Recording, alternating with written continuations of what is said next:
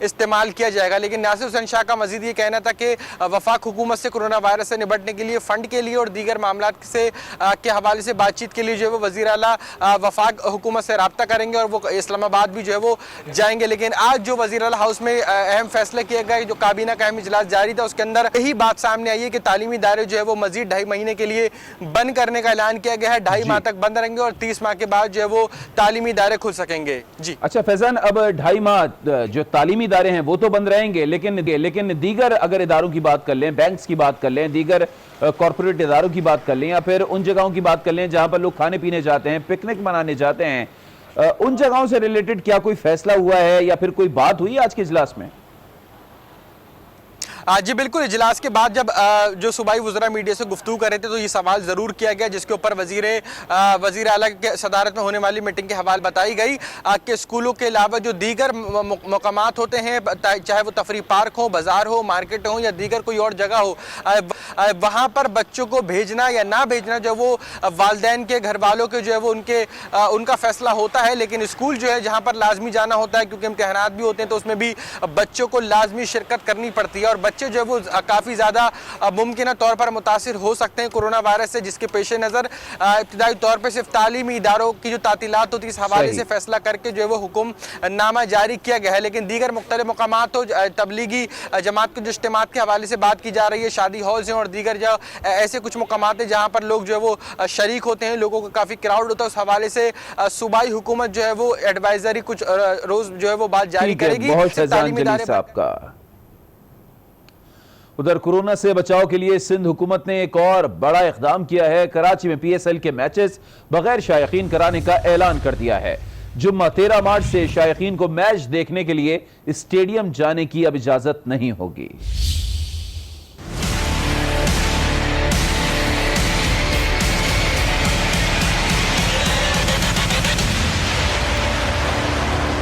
Corona سے بچاؤ کے لیے سندھ حکومت کا بڑا فیصلہ, کراچی میں پی ایس ایل میچز بغیر شائقین کے کروانے کا اعلان. وزیر اعلیٰ سندھ نے حکم نامہ جاری کر دیا. کمشنر کراچی کو دی گئی ہدایات میں کہا پی سی بی سے رابطہ کر کے فیصلے سے آگاہ کریں. ہم P S L matches schedule کے مطابق کروا رہے ہیں, لیکن اس معاملے پر مزید اتنا بڑا رسک نہیں لے سکتے. کھلاڑی میچ اسٹیڈیم میں شائقین کے بغیر کھیلیں گے. تاہم آج پی ایس ایل کے میچ میں شائقین کے لیے احتیاطی تدابیر اختیار کی گئیں. فینس کی تھرمل اسکریننگ کی گئی, صابن سے ہاتھ بھی دھلوائے گئے. We are detecting temperature with the thermal detector. If it's more than 98.6, we see نزلہ کوئی ایسی چیز جس سے related we can correlate with the virus, تو اس کو rule out کریں. میچ سے قبل اسپرے ہوا, شائقین ماسک پہن کر اسٹیڈیم آئے. میں نے جس طرح سے یہ کیا ہے انتظامیہ نے, یہ ہاتھ دھونے کا وائرس کا جو خدشہ چل رہا ہے اس وجہ سے ہونا چاہیے تاکہ یہ وائرس کو مزید پھیلنے سے روکا جائے. شائقین کو آپس میں ہاتھ نہ ملانے کا مشورہ دیا گیا. اسٹیڈیم کے باہر موبائل ایمبولینس اور اسپتال بھی قائم کیا گیا. پاکستان